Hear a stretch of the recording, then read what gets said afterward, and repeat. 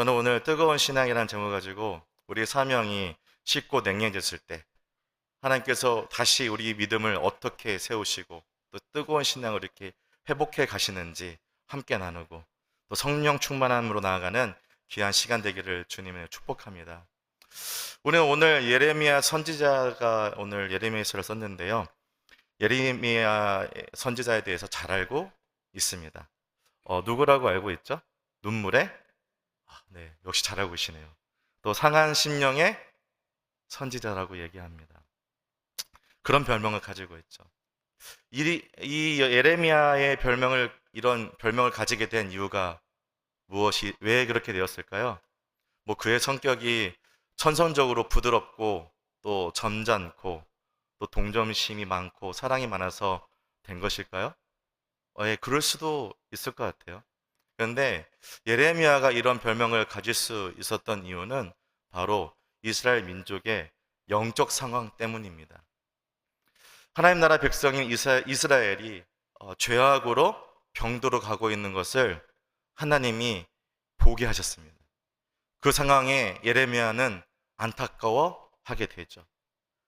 더 안타까운 것은 하나님께서 예레미야를 통해 이 죄값에 대한 값을 이스라엘에게 치르게 하신다는 것입니다.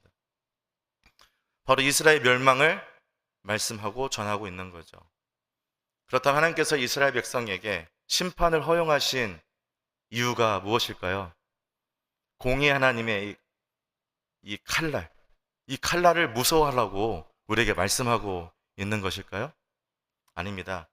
그들이 하나님을 떠나서 오래전부터 저질러 온 우상숭배, 또 하나님보다 더 사랑하고 의지했던 것을 제하고 죄를 스스로 깨달아 하나님께 돌아오게 하기 위해서 이런 심판을 우리에게 선포하고 있는 것이죠. 그러나 하나님의 말씀이 선포되어질 때, 이 심판이 선포되어질 때에 이스라엘 백성들의 말을 잘 들었을까요? 네, 안 들었습니다. 아무리 말씀을 전해도 이들은 이 말씀을 마음에 받아들이지 못하였습니다. 이스라엘 영적 현실을 보면서 심령 깊은 곳에서 아픔을 경험하게 된 거죠. 분명히 이걸 어기면 하나님이 심판하실 것인데, 눈에 보이는데 그들이 행동하지 않는 이 모습을 보고 심령 깊은 곳에서 아픔을 경험하고 있는 겁니다. 이런 아픔을 성경에서는 이렇게 얘기합니다. 한번 따라하겠습니다. 애통. 예, 애통입니다. 이 애통은 마음의 품은 뜨거운 아픔이란 뜻을 가지고 있습니다. 마음의 품은 아픔. 그리고 이 예레미야의 이 애통은 곧 하나님 나라 백성인 이스라엘 민족을 뜨겁게 사랑한다는 증거를 우리에게 보여주는 것이죠. 이런 마음, 이런 애통하는 심령이 있었기 때문에 하나님의 말씀을 전하는 상황 속에서 이 사랑의 눈물을 흘리게 되었다는 것입니다. 어떤 눈물이요?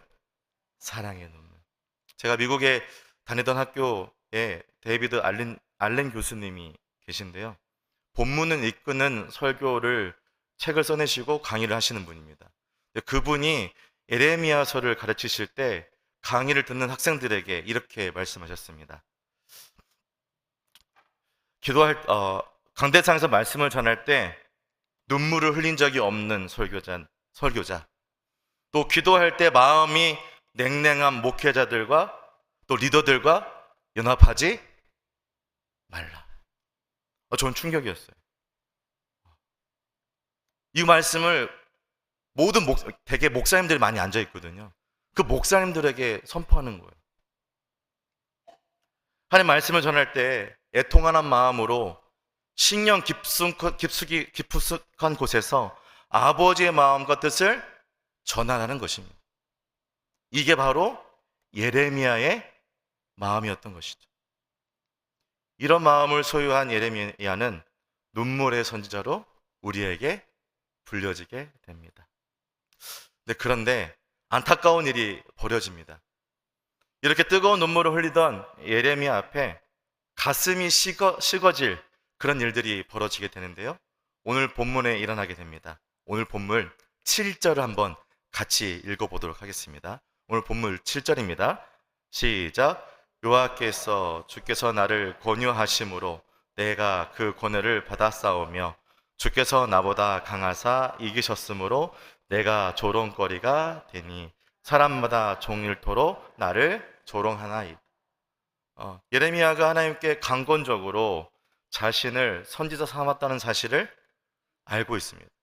말씀 보면 이렇게 나오잖아요. 주께서 누구를? 나를 권유하심으로. 하나님께서 권유하셨던 그때를 기억하며 지금 하나님께서 자신을 선지자 삼으셨던 거에 대해서 예레미야는 지금 불평하고 있는 겁니다. 내가 언제 선지자 하고 싶다고 했어요? 하나님, 내가 언제 그 일을 하고 싶다고 하셨습니까? 왜 하나님 부르셨냐고요? 부르셨으면 끝까지 책임지셔야지. 이게 뭐냐는 겁니다. 하나님 보십시오. 내 말을 잘 듣는 사람이 있습니까? 없습니다. 또 내 말을 전하는 것이 아니라 하나님 말씀, 예언된 선포를 전하는데 이들이 누구를 조롱해요? 나를 조롱하고 있습니다. 나는 하나님의 인도하심을 받아서 하나님의 말씀을 선포하고 있는데 나는 지금 왜 이런 일을 겪어야 합니까? 하나님께 불평하고 있는 것이죠. 이게 다 누구 때문이라는 거예요? 하나님 때문에. 잘 되면 내 탓, 못 되면 옆에 있는 사람 네 탓. 그런데 이 조롱과 핍박은 한두 번이 아닙니다. 예레미야 20장 2절도 한번 같이 읽어보겠습니다. 예레미야 20장 2절입니다.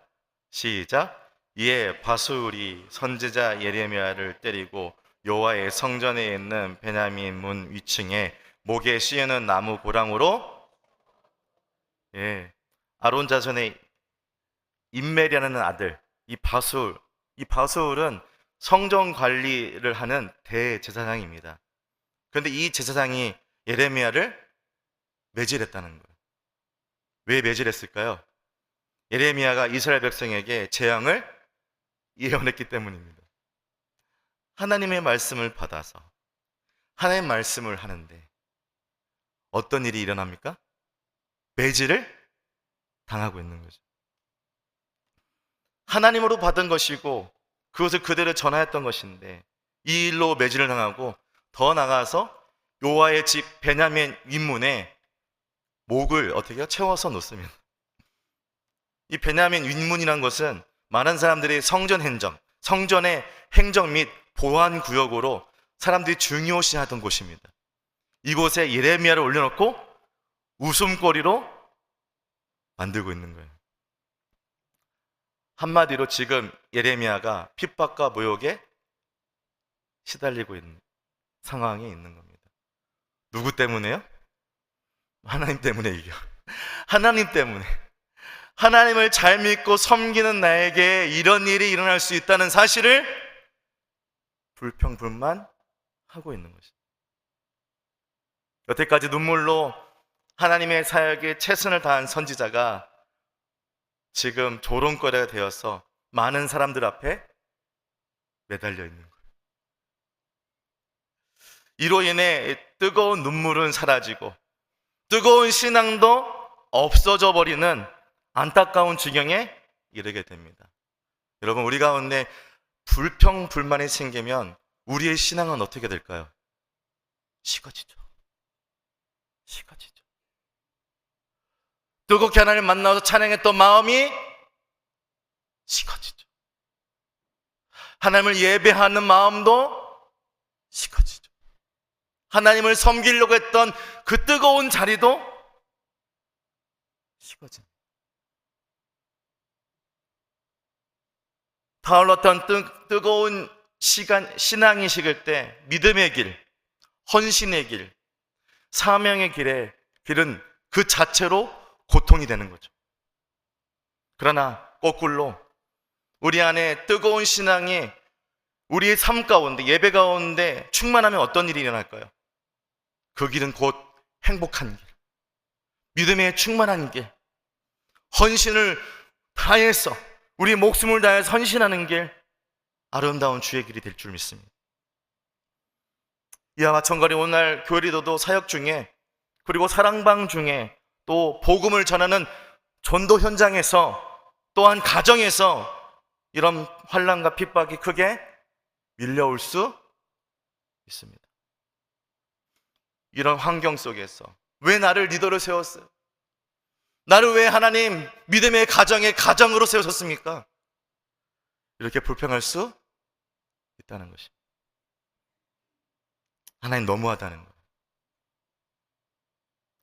저도 이럴 수 있을까 없을까요? 예, 있습니다. 그런데 정말 감사한 것은 저런 이런 약함을 다른 믿음의 선배들도 가지고 있었다는 거예요. 오늘 본문에 나오는 뜨거운 사랑과 신앙을 가진 이 예레미야 선지자도 이런 사랑에, 이런 환경에 믿음 없는 말과 행동을 했다는 것입니다.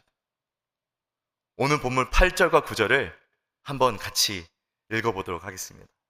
오늘 본문 8절과 9절입니다. 시작. 내가 말할 때마다 외치며 파멸과 멸망을 선포하므로 여호와의 말씀으로 말미암아 내가 종일토록 치욕과 모욕거리가 됨이니이다.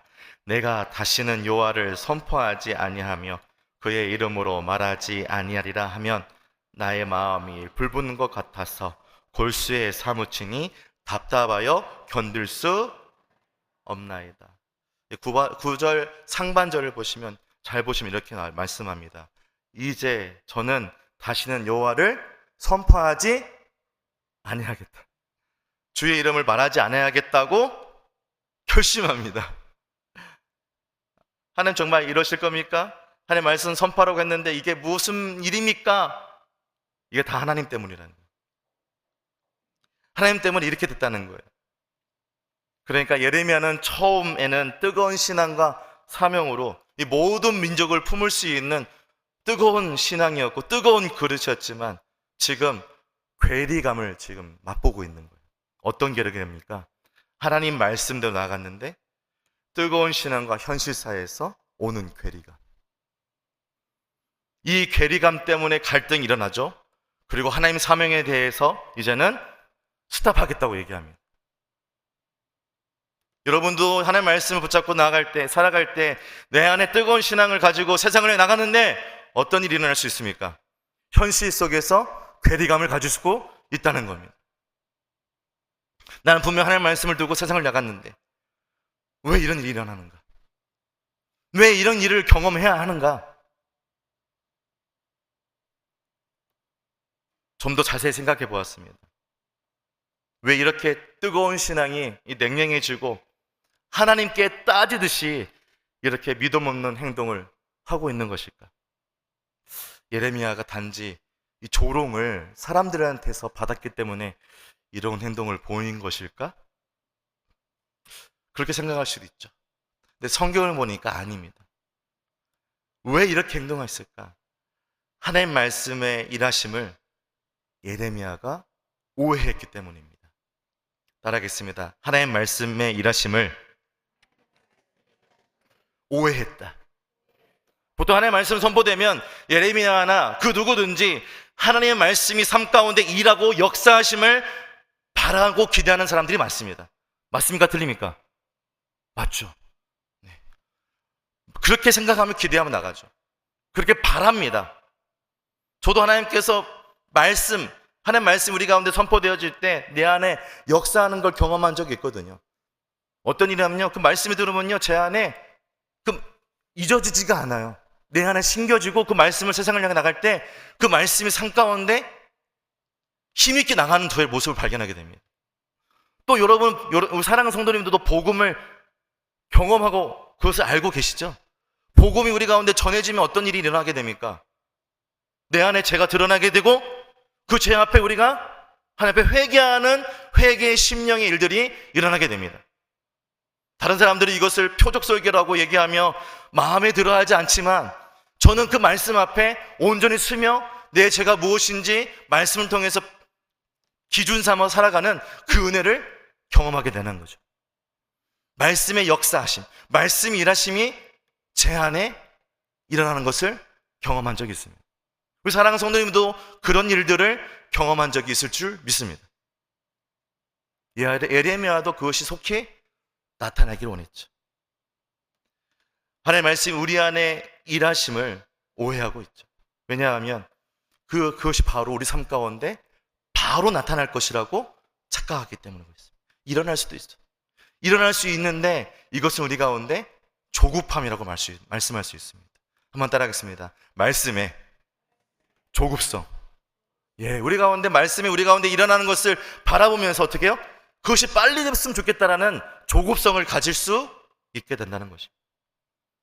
예레미야는 오늘 본문처럼 하나님의 말씀을 말미암아 선포하면 그 자리에서 그게 바로 나타날 줄 알았다는 겁니다.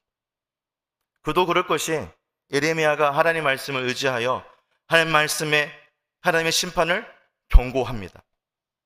왜냐하면 백성들이 많은 죄를 지었기 때문에 회개할 그런 시간을 갖기 원했던 것이죠. 그런데 하나님의 말씀을 의지하여 선포하는데 회개는 고사하고 그들의 삶이 변합니까? 아닙니다. 그들은 더욱 악해져 갑니다. 말씀을 전했으면 바로 말씀의 능력이 나타나고 그들의 삶 가운데 역사가 일어나야 되는데 어떻게 되는 것이 말씀이 전하는데 회개는 고사하고 그들의 삶에 더욱 악한 모습이 나타난다는 겁니다. 그뿐만 아닙니다. 자신에 대한 이 예레미야에 대해서 박해하고 그 박해가 더욱 가중해져서 그들의 마음의 죄악성이 모든 예레미야뿐만 아니라 모든 사람들에게 드러나는 안타까운 일들을 초래하게 되죠. 차라리 하나님의 예언의 말씀을 전하지 않겠다는 생각을 이 예레미야는 일시적으로 갖게 된 것입니다. 말씀을 전했는데 그 말씀이 성도들의 심령에 잘 들어가지 않는 것 같아요. 그러면 말씀을 전하는 목회자는 어떨까요? 낭망하게 되죠. 이 말씀을 꼭 전해야 돼? 이렇게 힘이 빠지는 경우가 있다는 거죠. 근데 그것을 매일 전했는데 그게 말씀의 능력이 나타나지 않고 성도의 삶 가운데 말씀의 능력이 보여지지 않는다면 더 힘이 빠질 수 있을 것입니다. 예레미야는 하나님이 부르신 뜨거운 신앙을 가진 선지자였지만 한편으로 이런 말씀의 조급함을 가지고 있는 이 감정에 따라서 하나님 왜 빨리 말씀의 능력이 나타나지 않습니까? 라는 이런 조급성을 가지고 있는 모습을 가지고 있었습니다. 이 연약함을 가지고 있는 모습이 예레미야만 있을까요? 아닙니다. 우리의 신앙 안에서도 이런 연약함들이 존재할 줄 믿습니다. 그래서 이 연약함은 뜨거운 신앙을 꺼트리는 존재가 되기도 하죠. 때로는 신앙을 포기하기도 하고 뜨거운 신앙을 냉랭하게 변화시키는 시작점이기도 합니다. 오늘 예레미야처럼 하나님의 말씀으로 더 멀리 떨어지는 모습을 볼 수 있는 것이죠. 사랑하는 성도 여러분, 혹시 여러분들은 이런 일을 경험하고 있지 않습니까? 하나님의 말씀 믿는다고 얘기하지만 그것이 내 감정이 앞서서 내 너무나 조급함에 인하여서 하나님 앞에 그것이 이루어지지 않는 것에 대해서 상처받고 그것이 내 삶 가운데 하나님 함께하지 않는다는 그런 불신앙까지 우리 가운데 일어나지 않느냐 하는 것입니다. 그렇다면 하나님은 뜨거운 신앙을 소유한 사명자들에게 이 신앙이 꺼지도록 그냥 놔두실까요? 아닙니다. 말씀을 신뢰하지 않도록 관가하시도록 하실까요? 아닙니다. 하나님은 이런 부분들을 고쳐가기 시작합니다. 그리고 그 연약함을 들어 오히려 강건해지는 은혜의 역사로 우리를 이끌어가기 시작하는 거죠. 죄가 더한 곳에 무엇이 많다? 은혜가 더 넘쳐난다. 그래서 어떤 은혜, 어떤 역사가 일어나게 될까요? 오늘 본문 9절을 한번 읽어보겠습니다. 오늘 말씀 9절 한번 읽어봅니다. 시작. 내가 다시는 여호와를 선포하지 아니하며 그의 이름으로 말하지 아니하리라 하면 나의 마음이 불붙는 것 같아서 골수에 사무치니 답답하여 견딜 수 없나이다. 아멘. 하나님의 말씀에 일하심이 느껴지지 않고 경험되지 않아 뜨거운 신앙도 꺼져버린 이 예레미야에게 제일 택하기 쉬운 것은 바로 내가 주어진 뜨거운 신앙 안에 하나님이 안 계신다라는 반론을 제기하고 자신의 신앙을 점점 차갑게 만들어갈 수 있었습니다. 그러나 예레미야에게 하나님은 한 가지 사실을 10년 깊숙한 곳에 경험하게 하십니다. 그것은 무엇입니까? 내가 내 삶 가운데 하나님의 일하심이 느껴지지 않아 답답할지라도 그 꺼져버린 그 예레미야의 심령에 하나님은 마음에 불붙는 은혜를 경험케 하신다는 것입니다. 마음에 불붙는 은혜.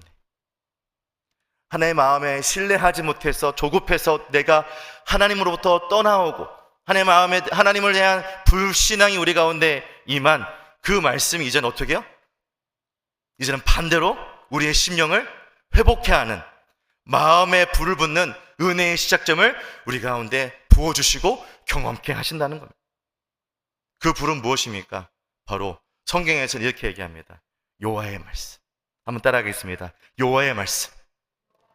맞습니다. 이 불은 바로 여호와의 말씀인데 이 여호와의 말씀이 우리의 심령을 다시 한번 뜨겁게 일으켜 세워서 다시 한번 이 뜨거운 신앙 앞에 주님과 함께 나아갈 수 있도록 우리를 회복해 가신다는 것입니다.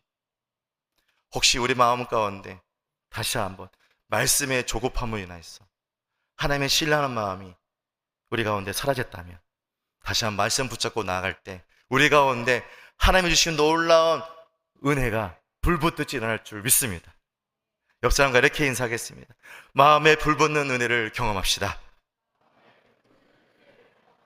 아멘. 그 은혜가 우리 삶 가운데 일어나기를 주님은 축복합니다. 하나님의 말씀에 능력이 없다고 생각할 때 하나님은 다시 그들에게 하나님의 말씀이 임하게 하셔서 잃어버린 신앙이 다시금 뜨겁게 하셨다는 사실을 오늘 성경에서 말씀하고 있습니다. 다시 한번 우리 심령 가운데 하나님의 말씀 붙잡고 나갈 때 이런 뜨거운 신앙이 다시 한번 예레미야에게 허락하셨던 것처럼 우리에게 허락되어 줄 믿습니다.